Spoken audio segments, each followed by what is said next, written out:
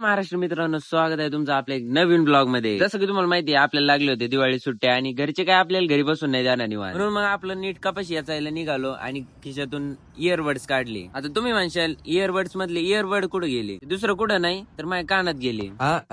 असं नसतं भो, इथं गोण्या पडून होत्या म्हणून आपण एक गोणी उचलली आणि म्हंटलो चलो. कापसाची पहिलीच येसणी होती आणि त्याच्यात कापूस मोकार फुगला होता. हे बघून मला लय आनंद वाटला, पण नंतर वावर बघून मला जरा डाऊटच आला. माझ्या एकट्याकडून काही हे कापूस येचून होणार नाही का? पर नाक ना चटाइए कदे भी देसिया में कमी देख के तेरे शहर की सड़क भूल जा कामायाली कमी देख के. बाकीच्यांच्या पार गोण्या भरल्या होत्या तरी माही गोणी अजून एवढीच भरली होती. कापूस पण एवढा भारी फुगलेला होता की त्याला याचायला पण लय मजा येत होती. आता तुम्हाला काय माय हाल सांगू राव, इथं अर्धी गोणी भरली आणि त्याच्यात इतकं दमलो होतो ना. हो, दिसतं तितकं सोपं नसतं रे भाऊ. आणि त्याच्यात पाणी इतकं पिलो की आखी बाटली संपून टाकली. चला मित्रांनो, आजच्यासाठी एवढंच. भेटू एक पुन्हा नवीन ब्लॉग मध्ये. तोपर्यंत बाय बाय.